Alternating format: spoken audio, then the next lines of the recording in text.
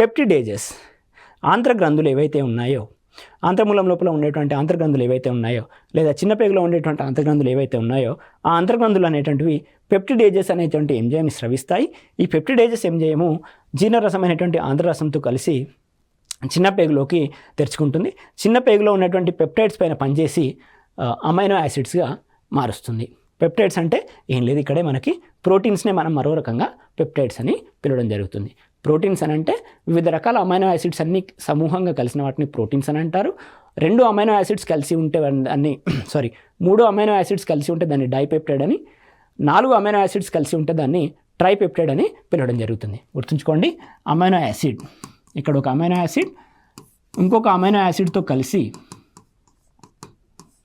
కలిస్తే ఈ మధ్యలో ఉండేటువంటి బంధాన్ని పెప్టైడ్ లింకేజ్ అని అంటాం, లేదా పెప్టైడ్ బాండ్ అని అంటాం. పెప్టైడ్ బాండ్ అని అంటాం.